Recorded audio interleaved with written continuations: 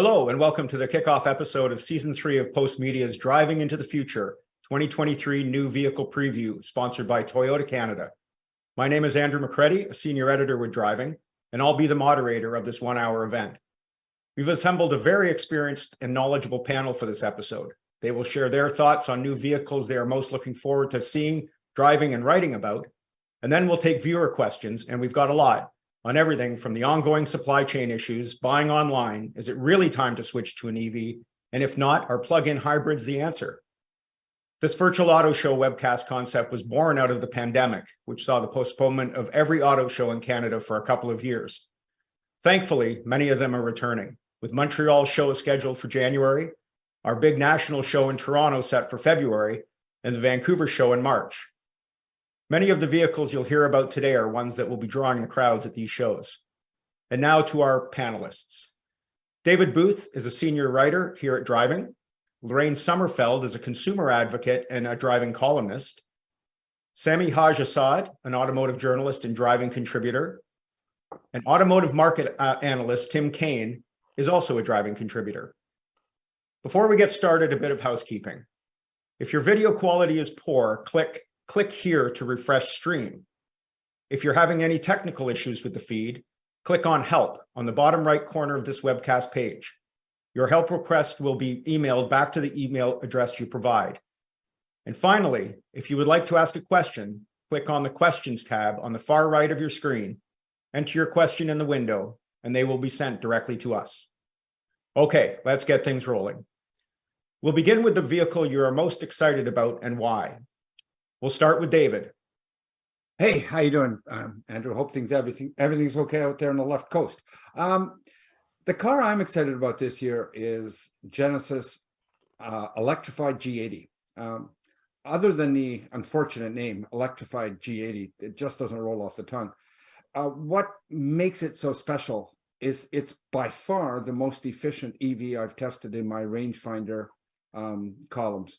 It's so far and above the others in terms of efficiency, and I've tested now maybe about 20 of them. It's like 15 or 20% more efficient than I say a BMW iX or a Polestar or any of those other EVs. If this were a conventional car, it would be the difference of 10 or 12 miles per gallon. It's that significant. And the reason why is because it's a plain old sedan. We're hoping that cleaning up our environment will be as simple as moving from gasoline engines to batteries. But what we're doing, at least in North America, is building huge SUVs with huge batteries. And the G80 is the opposite. They've taken a medium-sized sedan, by luxury standards at least, and then they've added a battery, and so it's slipperier, it's lighter, and it's just those things. It's not battery technology per se that is making it so much more efficient than anything I've tested. So basically, again, we're kind of hoping that just converting a piston engine to a electric motor is going to solve all our problems. And instead, we're just building huge batteries that are hurting the environment. So I would say that the G80, we're going to need more of those. We're going to need smaller versions. We're going to need more efficient automobiles. All the EVs we're building now are cleaner, but they're not more efficient. Okay, thank you, David. Okay, let's move on to Lorraine. I'm going to stick in the sedan category, which will probably surprise everybody. The Toyota Crown we're looking forward to. I'm looking forward to. The Avalon is retired. The Chrysler 300 will be retired next year. The Nissan Maxima. So you kind of wonder why Toyota is going to go it alone almost in this segment, except in Japan, 1955 is when they started this badge. So it's new to us, not new to them. It's a take it or leave it kind of design. Some people love the front, some people hate the front.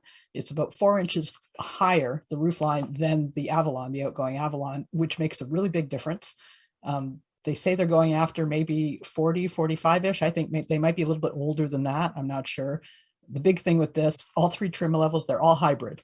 And the XLE and the Limited, 5.7 fuel economy in a vehicle this size is amazing. And you can get it in, the Platinum is a turbo, and that's 7.8, but 340 horse.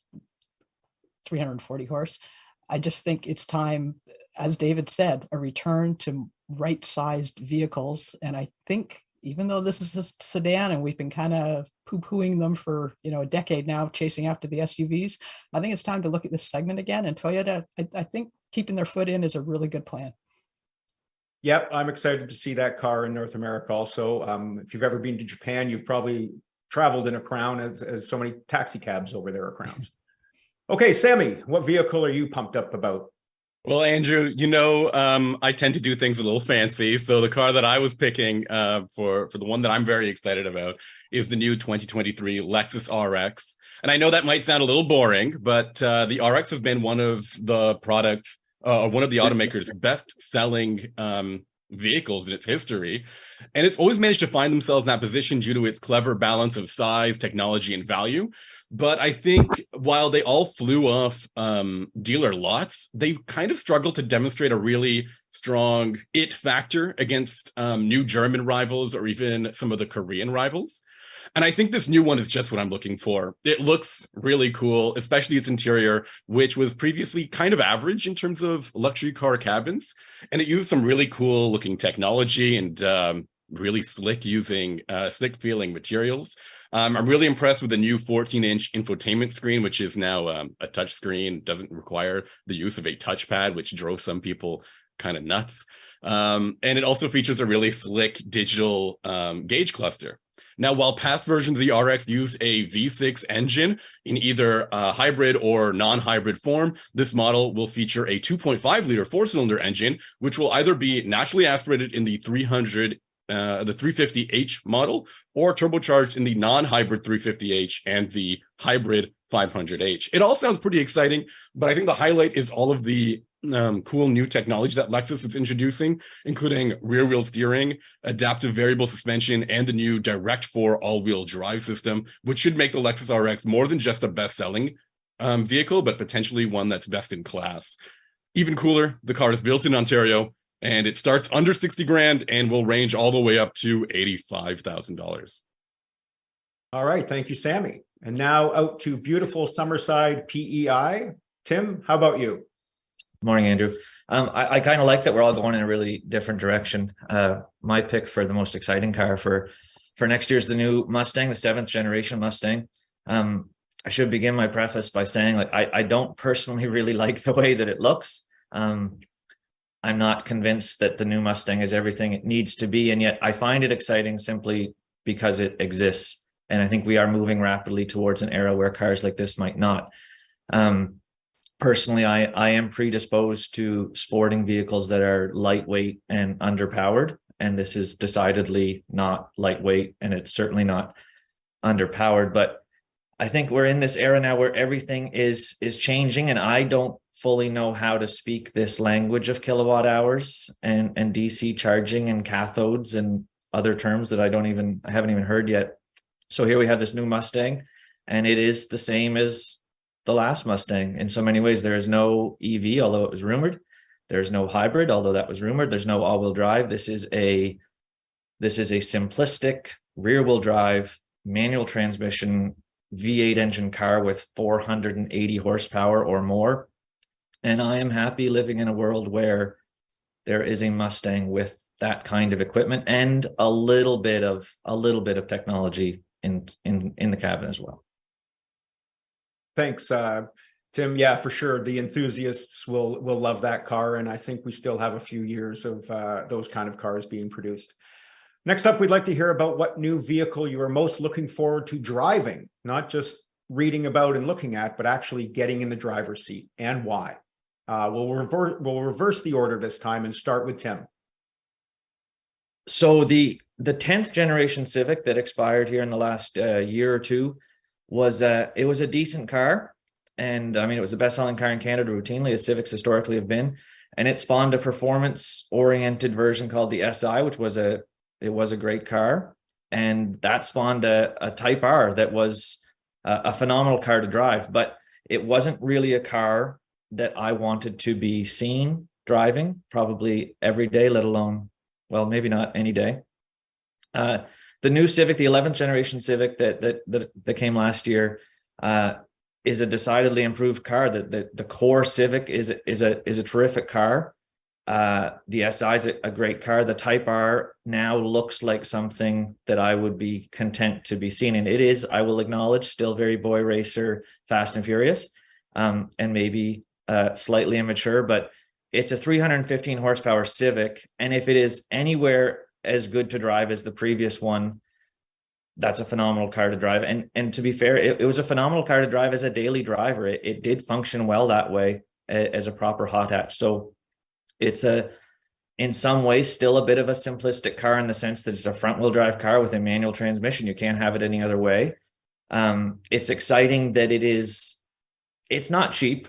I'll be fair, it's not cheap, but there is this hint of excitement at a little bit more than $50,000 because it's actually less when adjusted for currency, as David recently pointed out, than the Civic Type R will be in the United States, which is cool. The biggest problem, if there is one, and there's probably more than one, is that it's not going to be very easy to get. We're talking probably around 500 across, not 500 annually, but probably 500 across 3 model years. Well, anytime you can get the word civic and exciting in the same sentence, I think you do have a pretty interesting car. Okay, Sammy, are we staying fancy with your looking forward to drive car? Yeah, absolutely. I mean, there are so many cool cars to check out, but the one I'm looking forward to is the flagship BMW 7 Series, which will come to Canada with a punchy turbocharged V8 engine, or as a silent but speedy all-electric model known as the i7 xDrive 60.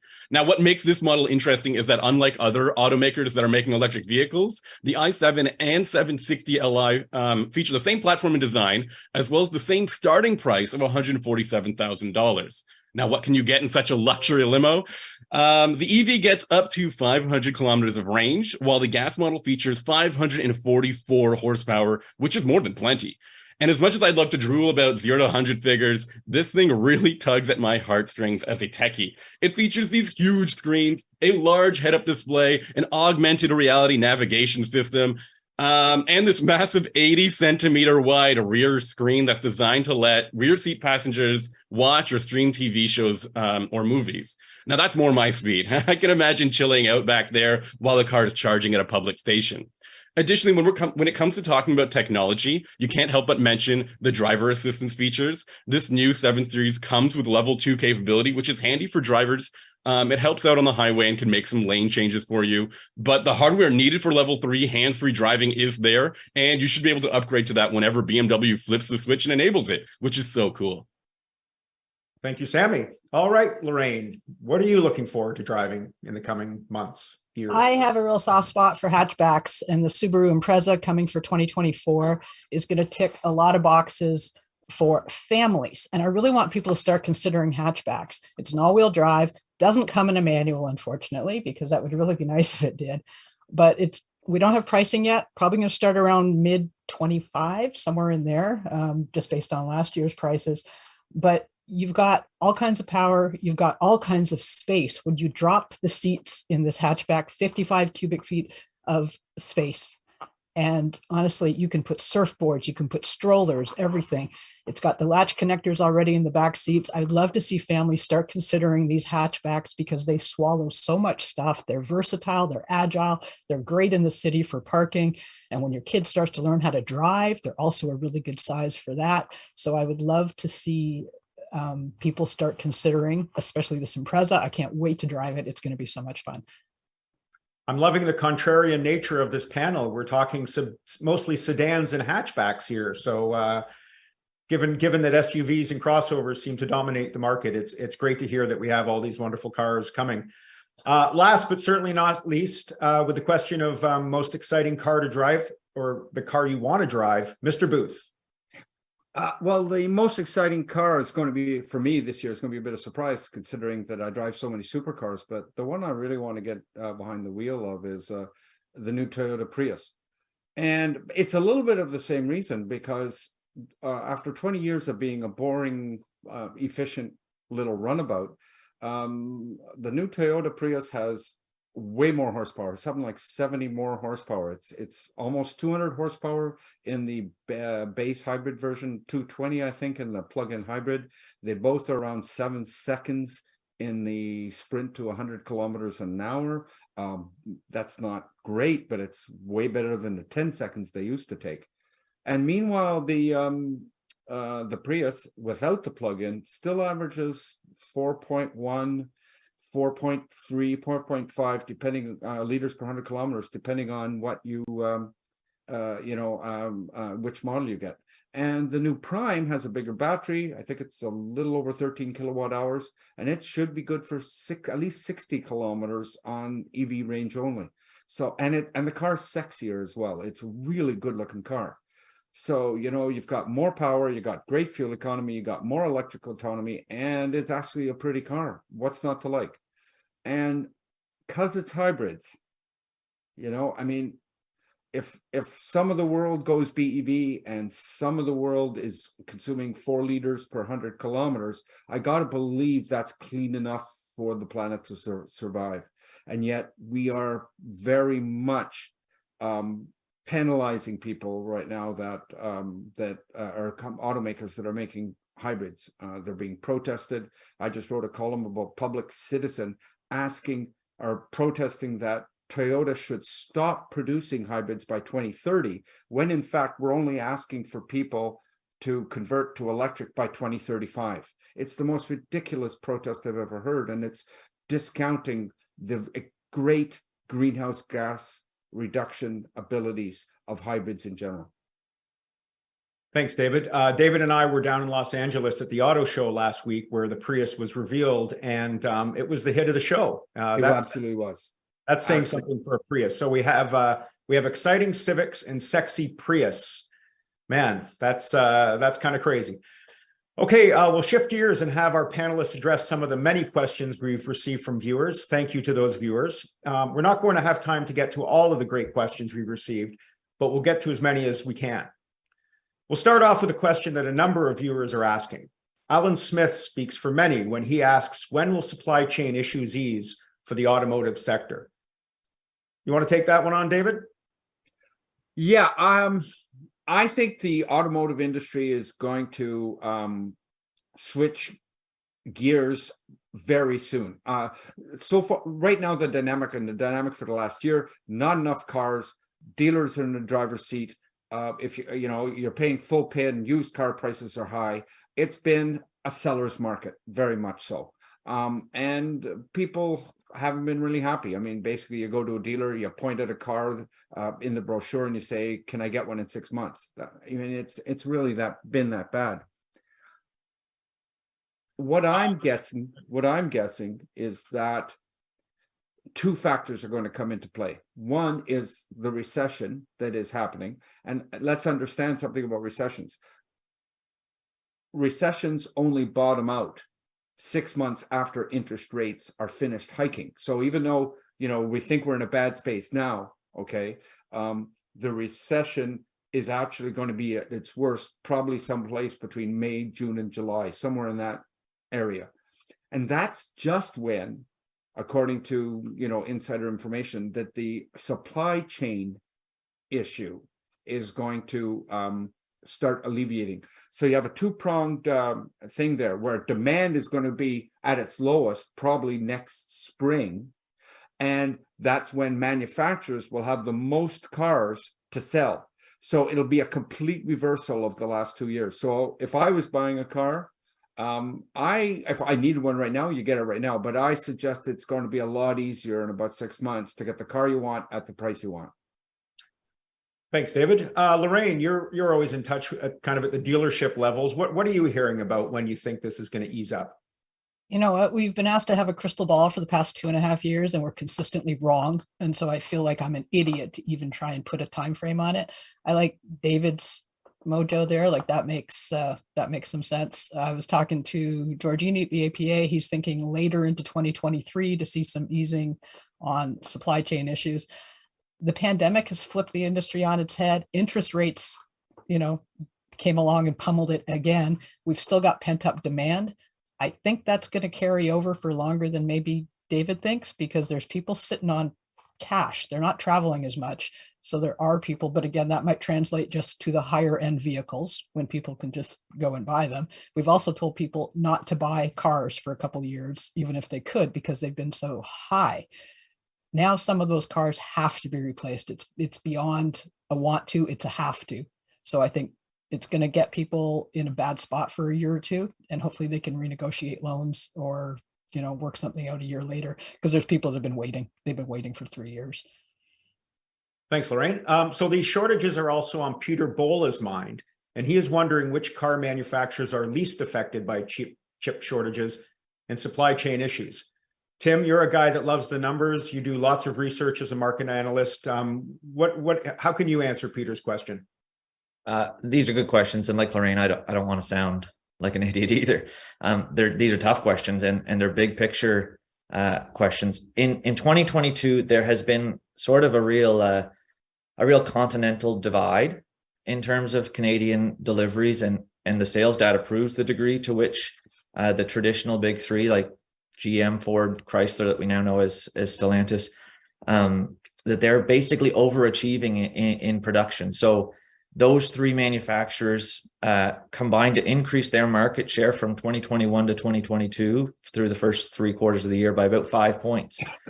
So at 42%, these aren't the glory days of the 60s or the 70s or the 80s or even the 90s, but it is a pretty significant year over year shift that has come largely at the expense of Asian brands. So you could kind of think of it this way, that industry wide auto sales this year through the end of October are down 11 to 12% in real volume, and those three that traditional big three of GM, Ford, Chrysler, Stellantis, they were up about 1%. They've actually sold a few more cars collectively than they did last year. That's great information, Tim. Thanks for that. Another popular topic amongst our viewers surrounds the future of brick and mortar car dealerships in light of the growing prevalence of online shopping and buying. Margaret Little wonders if more automakers are going to pre-offer new models online so they are sold out by the time they hit the market. Lorraine? Yeah, people are getting a little crabby at dealers because when they do get product in, it's gone before it gets to the lot. But dealers have had to catch up with all these online upstarts who are coming in selling cars. People really love the idea of not dealing with sales reps. I'm sorry, sales reps, but this is the junction where you lose a lot of buyers. So the online enterprises, I see why they're getting traction, because they're removing a chunk of the transaction that people really aren't comfortable with. But dealers have to keep up with that, and so they're competing still with the online enterprises. And I think it can be frustrating, as the question is about, are dealers gonna keep selling them this way instead of that way? The answer is dealers have to sell them any way they can. And that's just going to ramp up and keep going, because we're seeing more and more people coming into the playing field selling online.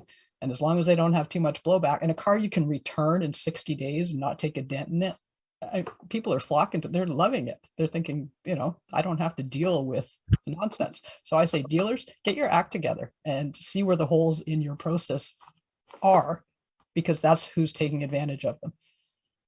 Okay, thanks, Lorraine. We'll go back to Tim with this one. Philip Perry gets more to the point by asking simply, how long before dealerships become extinct? Yeah, these are tough questions. I'm not going to deny it. There are a lot of complicated layers. I mean, this is obvious. There's a lot of complicated layers to the relationship between a factory, the manufacturer, and the dealers. I don't think dealers are going anywhere, in part because I don't think manufacturers necessarily want them to. But instead of using the word extinct, I think you could use the word evolve, and things would start to become clear. If you think about Mercedes-Benz Canada as an example, I mean, they've sold off a whack of their corporate-owned stores in Canada. And part of the reason that sort of thing can happen, or that dealers essentially won't go away, is partly because manufacturers don't necessarily want to take on the entire process. So on the one hand, you have the observer, the auto journalist, or the analyst saying, Why would you be willing to lose this percentage of the profit, 2, 3, 4, 10% of the profit to these dealers? Well, on the other hand, the manufacturer doesn't have to absorb the risk that comes with earning those profits, the risk or the labor or the work. So you don't have to absorb the weight of the real estate, the property tax, the service department, the HR issues, the localized marketing.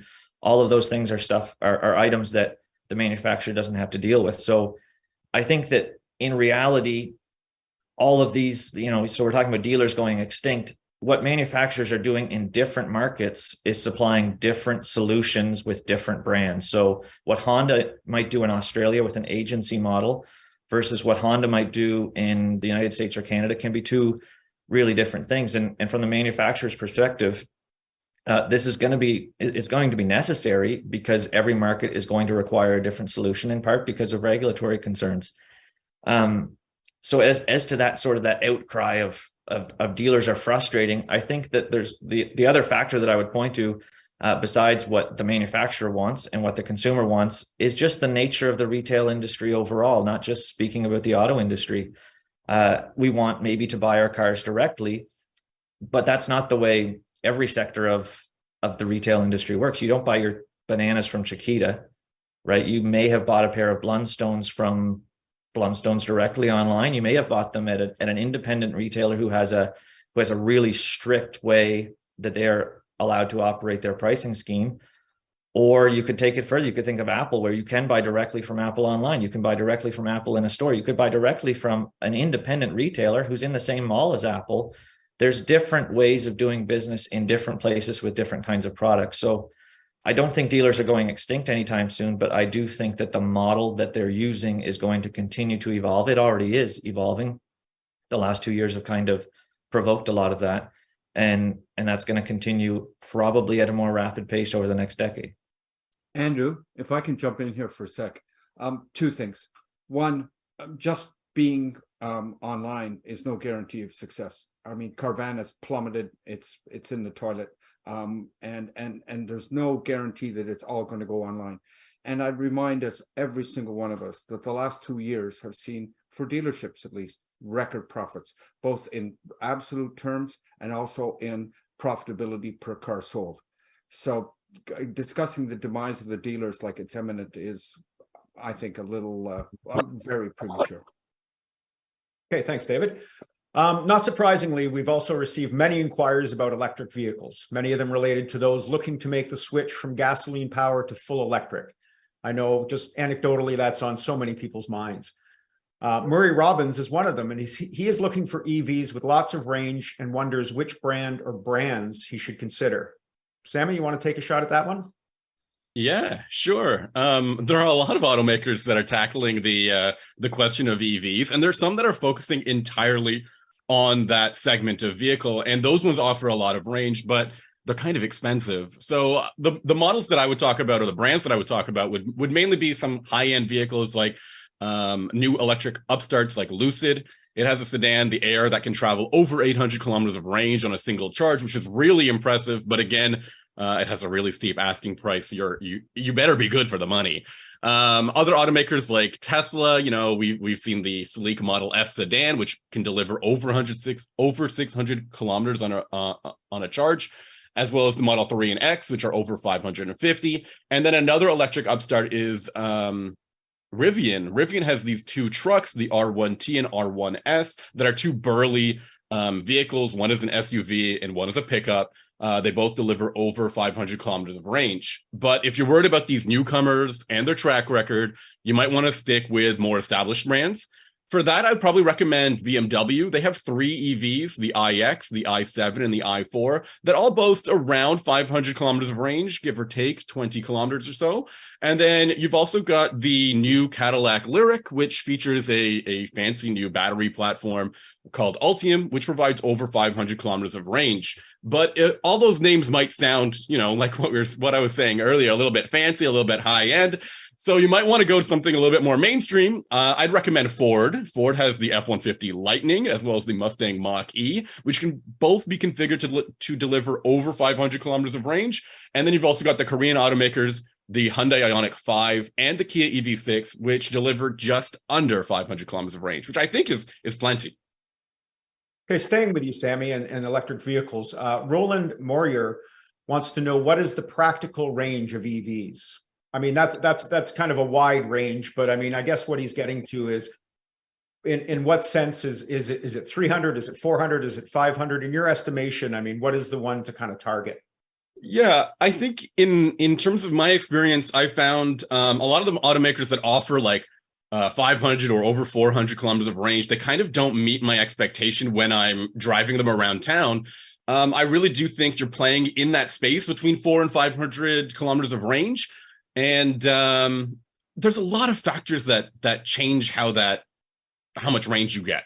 They can change based on your driving style, what kind of tires you use, how many passengers or cargo you have, and even like other factors that we have no control over, like the outside temperature.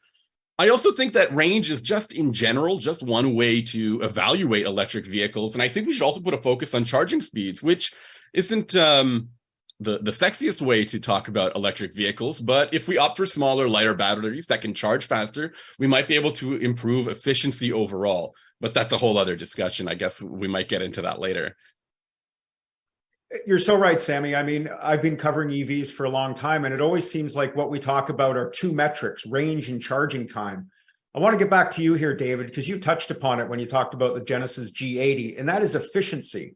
In my estimation, efficiency is like probably the most important thing now that we have ranges in the 400 to 500 kilometer range. Can you kind of let our viewers kind of understand what you mean by efficiency? Yeah, well, I mean, in pure comparison terms, I'm hoping anybody listening to this podcast or panel is familiar with, gasoline fuel efficiency. And basically, you have gallons and you get so many miles per gallon. We translate it in Canada. How many liters of gasoline do you use per 100 kilometers? Well, think of the kilowatt hours in the battery as the gallon or the liter of gasoline.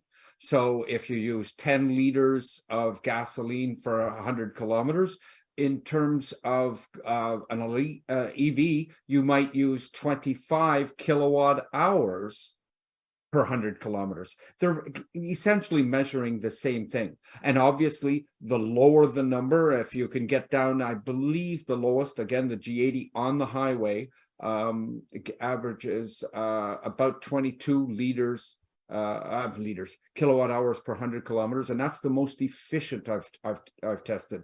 Of the ones on the highway that I've tested at the worst, they're up around 30 kilowatt hours per 100 kilometers. But it's you don't need to know what a kilowatt hour is. All you need to know is it's the same kind of number as was 10 liters or 9.5. The lower the number, the better.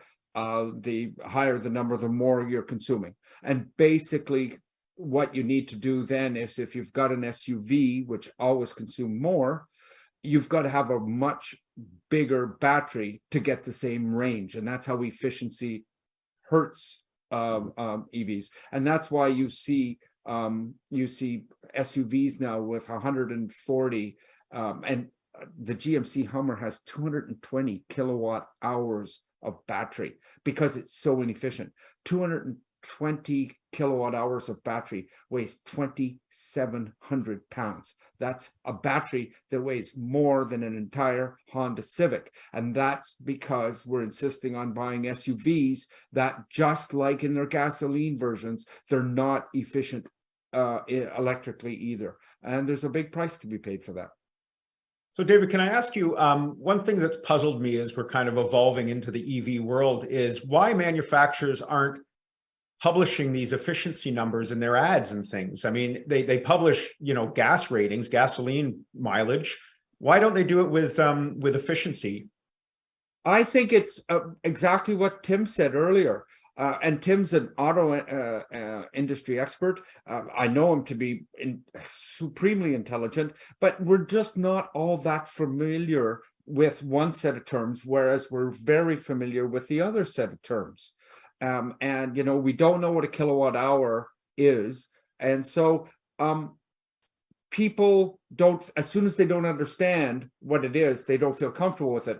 Maybe if, again, going back to my previous discussion, if they just translate it into liters and just think that's liters, it'll become more appropriate. And what they do then is they don't give you kilowatts for the power of the motor. They don't give you kilowatt hours for the battery. They just give you some sort of range figure. I'll say it more loudly than Sammy said, and they lie like hell on the range figures. I will tell you that I drive my EVs on highway speeds, and they generally get about 70 to 75% of their posted range. If you got 500 kilometers for a Tesla, you'll probably get 375 on the highway. And if it's cold out and it's 20 below, that 500 kilometers that they're bragging about could be anywhere between 250 and 300 on the highway. That's why efficiency matters. Yeah. Sticking with EVs for a couple more questions here. Beverly Moore asks a question on a lot of people's minds, is if she should wait until the EV charging infrastructure gets more robust before purchasing an electric vehicle. Sammy? Well, I mean, of course, it depends on Beverly's needs and situation. If they can charge at home or at work, I think transitioning to an EV is definitely viable. However, if they can't charge at those locations, I think they'll be relying on more public infrastructure, and then they're up for a whole world of frustration. Not only are fast chargers a little bit difficult to find on the go, but you also have to hope that they're working. Maintenance seems to be a really big deal with these fast chargers. Sometimes you'll go out of your way to find one, only for it to not work, which can be like a serious deal breaker. I mean, have you ever? I don't think it's happened so often where you've strolled into a gas station and found that not one, but all of the pumps aren't working, and you have to travel another, 50 kilometers to find or 20 to 50 kilometers to find another one. It just doesn't happen. In addition to that, these fast chargers can sometimes struggle to deliver the charge rates that they're advertised for. So what you might think is an 18-minute stop might end up being something like 45 to an hour long. And then you also have really bizarre ways to pay for them, sometimes through an app or a variety of apps. I mean, I should show you, I think I have about 8 charging apps on my phone just to figure out which one to use for which charging station. And the frequency of stations that just take a credit card to tap, which is very common with gas stations. There's so few of them. I think that's you're just looking for a lot of frustration if you're relying on the public infrastructure. So I think that there's still some teething issues to work out with the public charging infrastructure, but you can really, honestly, you can avoid so many of these problems if you have a charger at home or at work. Well, I know David would like to weigh in on this one too, as he has written extensively on charging infrastructure in his weekly Motormouth column. So David, is it just a function of time until this lack of charging infrastructure and the reliability of this charging infrastructure gets to the point it needs to be? Yeah, well, I'll say this. I think we're having a panel on this in about 3 weeks. And it's basically called, is a charging infrastructure the last roadblock to EV domination? On a general case, everything Sammy said was spot on.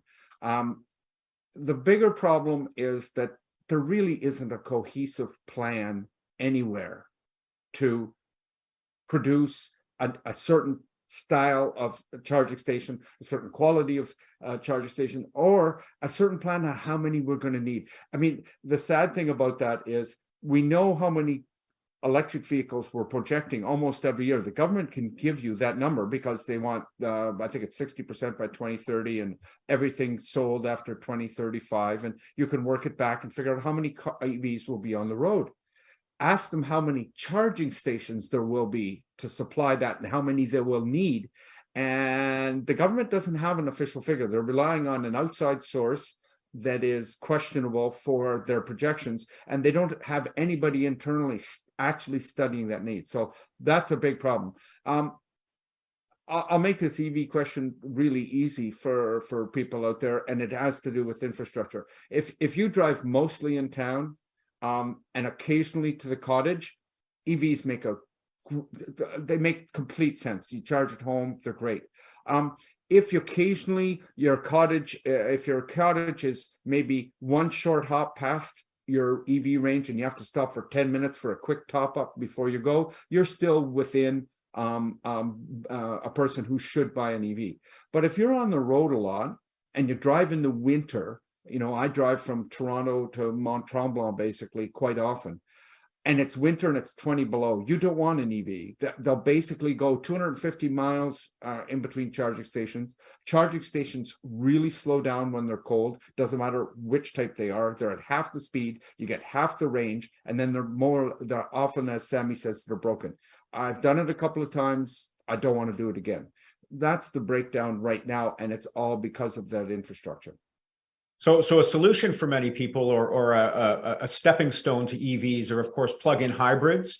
We've had a number of questions about plug-in hybrids, more and more coming to Canadian dealerships.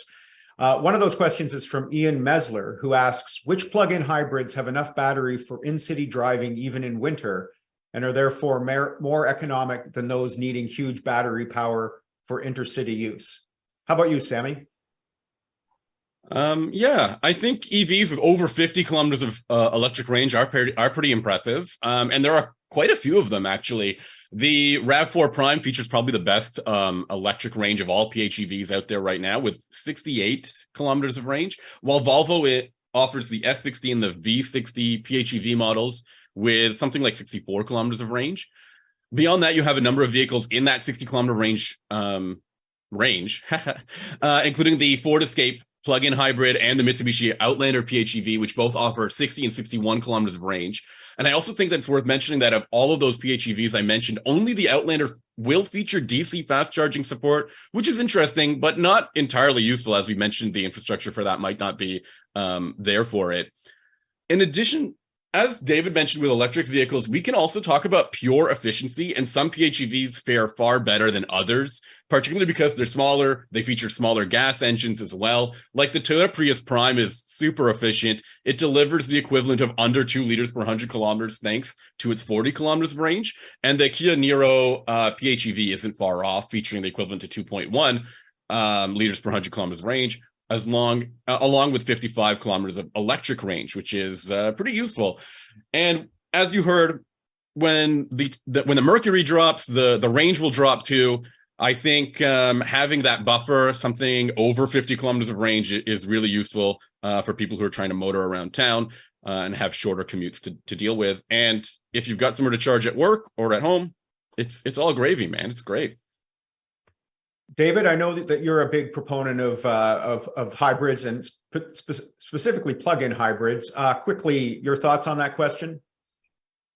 Sammy actually hit that one out of the park. The Toyota Prius Prime actually, in best conditions, hits, I've hit 72 kilometers. One thing that's very interesting about a differentiation that Sammy missed out on was that on the electric modes, how fast can they go? They all eventually run out of electric power and have to kick in the gas motor.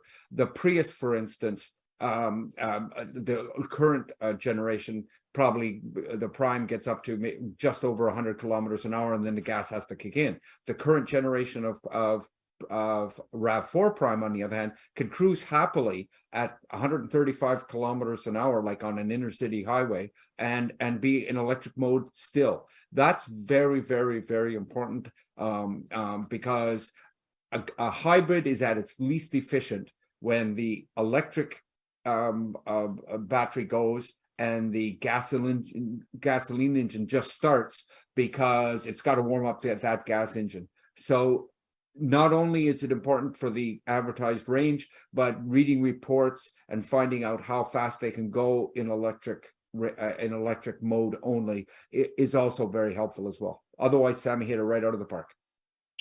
Thank you, David. Let's get Lorraine and Tim back into the discussion here. Sticking with plugins, Ron Arsenault asked a good question when he wonders how much faith should he have in Canada's EV future when he can't get a Toyota RAV4 Prime or a Toyota Corolla Cross hybrid?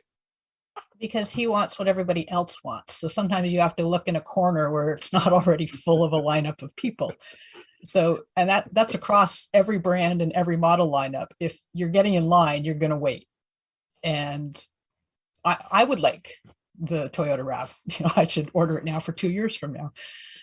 Have faith in it. It will be there. We've talked earlier about the parts, loosening up and the log jam and the whole new market will be coming in. I still believe hybrids are the bridge. I believe most people are far more comfortable with this idea than with full EVs. Still, we're getting there, but we've gone rocket speed in the past year. Like when gas went up, that's when everybody looked to EVs. I still think comfort level is hybrids, but there's a lot of them. Every maker is got their hybrids in there. Go and look, and don't just fixate on the one that you're seeing all over the place. So give yourself some choice and give yourself some space and go and investigate some of the other ones, or call, everyone else on this panel and say, okay, what do you guys recommend? Thanks, Lorraine. Tim, anything to add there with deeper dive into numbers maybe? Yeah, I guess there's a couple of things that are interesting. Like I've been making my living writing about cars for about 18 years, and that predisposes me to thinking people should buy hatchbacks, wagons, and manual transmissions. And now there's this new era of auto writers, and we want people to buy plug-in hybrids. And they're not, should I say they're not listening to us?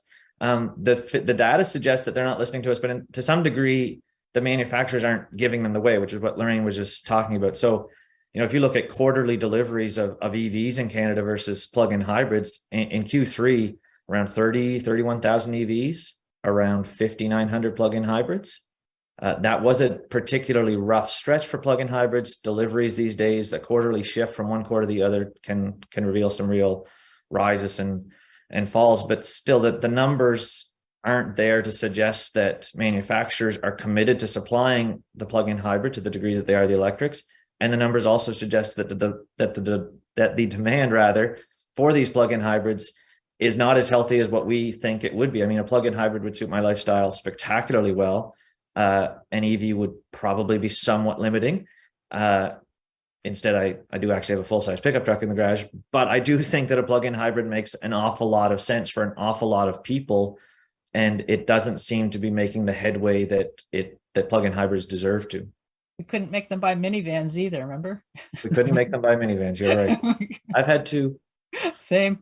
One of the reasons that EVs are so far outshining PHEVs is there's a huge publicity push on one and not so much on the other. And in fact, the EV people really seem to despise the hybrids more than the gas guzzling pickups. And I found out why.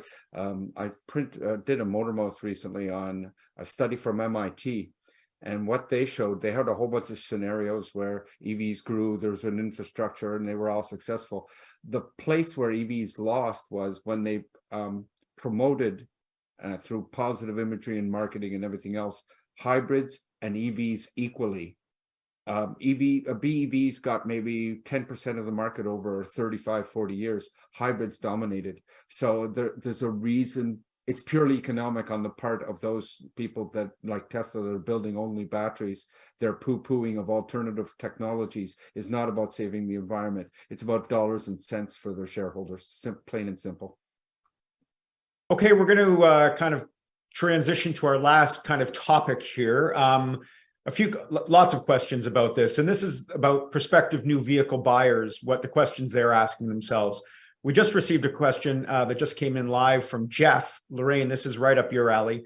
In this era of scarce inventory, do we, the buyer, have any negotiating power, or is it seller's price with no negotiation? I'm going to say what I just said before, which is get out of the lineup and go to the quiet side of the store. If you are looking for the pickup truck or the SUV or all the stuff that's being dominated in the headlines and everything that everybody else wants, they're not going to give you a deal on it. And right now, dealers are doing a lot of, I'm going to use the word tricky because I'm being nice. They're doing a lot of tricky things when it comes to prices. As David pointed out earlier, it's not going to last forever. They're maxing out their profits like crazy. But if you want a deal, I'm thinking APA thinks towards the end of 2023, when stock comes back up, we'll start to see some rebates again. The high interest rates, you can look and try and get a better interest rate. That will only apply on a specific model usually, not across the line of the whole lineup. So read the fine print on the posters when you're seeing that. But again, if you want what everybody else wants, they don't have to give you a deal on it, and they're not going to. Okay, one for you, Tim. David kind of touched upon this at the beginning of the show. Ann Patterson asked, given current challenges, when would be the best time to buy a new car in the next 2 years? It's a good question. I mean, we've seen some pretty dramatic price increases in the last 2 years. You think about the base price of a Civic, and to go back to the Civic topic, in 2017, these models don't even exist now because so many of the lower entry trim levels have disappeared. So now what was Canada's best-selling car for 24 years is a $26,000, $27,000, $28,000 car. Car prices are rising and interest rates are rising. And despite the fact that, yes, manufacturing is starting to come back to a more appropriate level, it's going to take a good while for this pent-up demand to go away. And pent-up demand isn't just something like the person who said in May, oh, I want a new car, there are lineups, I guess I'll wait. Pent-up demand is lease returnees, it's people who are in written off collisions, it's fleets. And all of that demand has to be satisfied before we can really get to a point where you'd start to see dealer lots that look normal. That could be a while, and it's going to require dealer lots to look very, very normal before we're going to start to see the rebates or the discounts, the incentives that Lorraine was talking about. So we're in a stretch of rising prices. And I guess I would have that fear of looking at what I could have paid now and what that might cost me in 6 months. Because if I go back 6 months or go back 1 year, and what I could have paid then versus what I might pay now, particularly when it comes to interest rates, that would be a downright frightening figure. So I don't think that now is a bad time to buy a car. The problem is that now is a difficult time to acquire a car. The only other factor I guess I'd mention too is that for a lot of people, there's sort of two different, well, there's very much two different types of buyers. The buyer who's coming into this new and fresh is just dealing with simply high prices and high rates. The buyer who's coming at this with their trade-in, let's say 2, 3, 4, 5 years old, is looking at a value that's much healthier than it probably deserves to be. And that can really do a fairly good job of offsetting some of the sting of that rising interest rate and rising price. Can I butt in with one last thing? If you have a car, maintenance is such a big deal. We've gotten into the habit of turning our cars over every 3 years or 4 years. We're seeing people they're almost disposable. We have to stop this mindset. We have to buy a car and keep it and use it, maintain it, take care of it, put the winters on it, but start to view your car, keep it clean, but just maintenance. And then you shouldn't be replacing a car every few years. And we've gotten into that mindset that everybody can have a car. You buy a car by the month, not by how much it costs. People are getting underwater on these, which is going to be a really big problem with these crazy average prices now.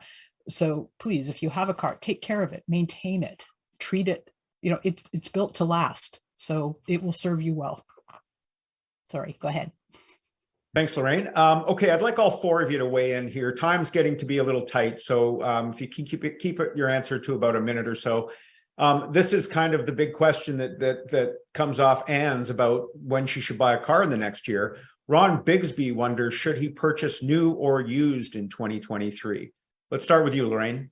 Okay, used prices are going to settle down. They've been extreme. They've been almost the same price as new. Sometimes they're more. People have been trading them in and getting full book value back off them, like MRSP. So new is going to soften. They can't keep costing more than, used is going to soften. They can't cost more than new. If you have a used car, though, as Tim just said, it's never been worth more than it is right now. So I would, if you can wait a little bit on the used, it's going to soften, definitely. Tim, your thoughts, new or used? Yeah, I mean, soften is one word for it. Soften doesn't necessarily indicate that prices are going to fall, but perhaps prices are not going to dramatically keep rising at such a rapid rate that we've seen. The average used car transaction price as of July, I think, was around $38,000 for a used vehicle. The average new vehicle transaction price as of July, this is according to Auto Trader's price index, was a little over $55,000. You don't need to go back very far to see that new car average transaction price look like what the current used car transaction price is. So my theory on used is always right vehicle, right time, right person, right source. And the law of averages is I'm talking about that average transaction price. that's difficult to apply for the individual buyer who's looking for one car. They don't care what the average price is for all of these cars. They just need to find the right vehicle. So that's always been true for pre-owned, and it's definitely true now that you need to take the time if you're shopping used to make sure you're finding the right vehicle at the right time, at the right price from the right source. Good advice. Okay, Sammy, luxury car market, new or used? I mean, it obviously depends on what you're looking for. If a new model has features that are unavailable on a used one, and you've seen that new cars, especially luxury cars, just pick up that all those really cool tech features that change every single model year or every generation. And you just can't find those features in a used model, and they can really help make your sort of commute a little bit easier. Things like adaptive cruise control or lane keeping, those might not be as readily available on some of the older vehicles, which it's only funny because these features have been around for a long time, but they've improved dramatically over those years. And I think sometimes these new luxury cars can be pretty impressive, not to mention they're more fuel efficient than outgoing ones too, because you might be trading out a V8 for a turbocharged V6 or a 4-cylinder. But of course, that also depends on the lifestyle and driving manners of the buyer. Maybe you want that V8, right? So as Tim said, it always depends on the shopper that is looking for their car and what they're looking for. I think a used car can cost less, obviously, and will be just as capable to get you to point A or point B. But luxury cars got to do it in style, and sometimes having the freshest metal is what gets you the attention. Kind of the smartphone philosophy. Exactly. Okay, David, we're going to wrap it up here with you. If you could answer that question, new or used, maybe a supercar in your future. Are you going to buy one new, or are you going to buy one used? No supercars for me. No supercars for me. I test them. I ain't paying for one. At the beginning of this show, both Lorraine and Tim said they didn't want to look like idiots and predict an exact date when things would turn better in recession. And I guess I don't mind looking like an idiot. I'm still convinced that by May, June, July, things are going to change dramatically, and that there will be a definite softening of the market to the point where availability will be there and prices will stabilize, go down. There'll be a definitive adjustment. So I would probably buy new. The other thing that I'd worry going forward, always doing used, and is that sooner or later, I know Lorraine has fought against this. I certainly have in print and everything else. So many things are going to be done on subscription basis only. It seems to be coming. It's slower than we thought, but the automakers can make so much more money off you by doing a subscription than they can by just selling you a car. VinFast wants $349 every month for its battery, $350 for as long as you own the car. No 8-year loan, as long as you own the car. So my point is if you are eventually wanting to buy a new used car in 2-3 years, you might not have any choice than to have some of the subscription crap. So thanks for that, David. I'm afraid we're out of time, David. Subscription, we could probably talk for an hour on. As usual, the hour flew by. And as I said, sorry, we couldn't get to all the questions sent in, but we did cover many of the topics. And thanks to our viewers who sent those in. I'd also like to thank our panelists, David Booth, Lorraine Sommerfeld, Sami Haj Assad, and Tim Kane for joining us, our wonderful production partner, VVC, and Toyota Canada, of course, for its ongoing sponsorship support of the Driving into the Future series. Most importantly, thanks very much to our audience for taking the time to join us. Be sure to tune in to the next episode of Driving into the Future at 11 a.m. Eastern Time on Wednesday, November 30th, a week today. Host David Booth has gathered an impressive panel to answer the question, can Canada become an EV superpower? Until next time, and go Canada.